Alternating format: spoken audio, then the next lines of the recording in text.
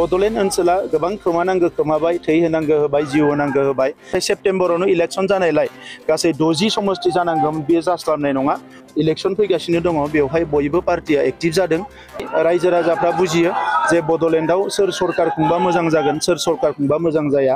बर' हारिया थांनाय 30-40 बोसोराव जि मोनसे थासारिमोन, बे थासारिया दिनै सोलायबाय। 4 बोसोर दिनै UPPLआ सरकार सालायनायनि उनाव जोंनि गुबुन गुबुन बिथिंफ्रा जोबोद मोजां जाबोबाय। जोंथ' 40आवनो गेलेगोन। दा देरहानाय देरहैया रायजोफोरनि सायाव सोनारगोन। रोजा रोजा सुबुङा जिउ गारनो गोनां जादों आरो बिनि गुबै थांखियानो जाबाय राजखान्थि गोहोखौ जोंनि आखायाव लाखिनो थाखाय। जे जोंनि आइ आफा रायजो राजाया 40-50 बोसोर सोमावसारनाय, न' बां सावजानाय, थै होनाय बे थासारिखौ दानो बावाखै आरो जोङो जोबोद गोख्रोङैनो गसंथानो हागोन। 125 एमेन्डमेन्टआ जागोन, बिनि उनाव जोंनि समष्टिया अट'मेटिकलि 60 जागोन। बेनिखायनो बड'फा उपेन्द्रनाथ ब्रह्मआ गावनि खाफालखौ गावनो दानांगौ होननानैनो आलादा रायजो बिदोंमोन।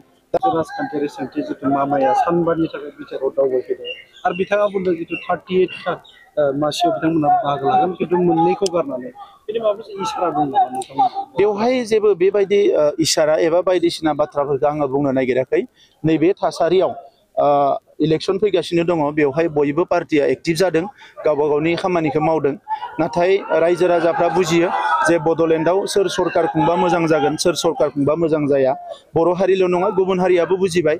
मानोना थांनाय 30-40 बोसोराव जि मोनसे थासारिमोन, बे थासारिया दिनै सोलायबाय आरो 4 बोसोर दिनै UPPLआ सरकार सालायनायनि उनाव जोंनि गुबुन गुबुन बिथिंफ्रा जोबोद मोजां जाबोबाय आरो नैबे समाव दायो रायजो राजाफ्रा जों बुजिनायाव UPPLखौनो फिन माने गोहोआव फैनांगौ एबा BTCखौ सामलायनांगौ, बेखौ बयबो हास्थायदों। मोनबेसे सिट लानानै देरहागोन?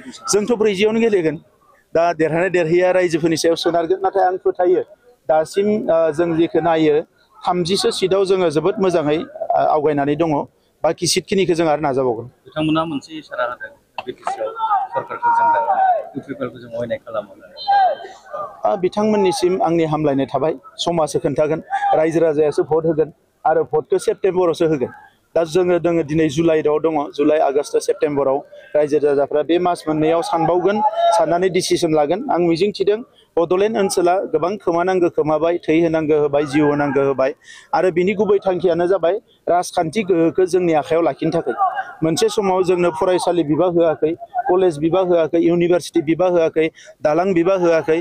जोंनिया रोजा रोजा सुबुङा जिउ गारनो गोनां जादों आरो बिनिखायनो बड'फा उपेन्द्रनाथ ब्रह्मआ गावनि खाफालखौ गावनो दानांगौ होननानैनो आलादा रायजो बिदोंमोन। दा दिनै जे काउन्सिलखौ मोननो हाबाय, बे काउन्सिला जोंनि रायजो राजानि, जोंनि सोमावसारनायनि मोनसे फिथाइ।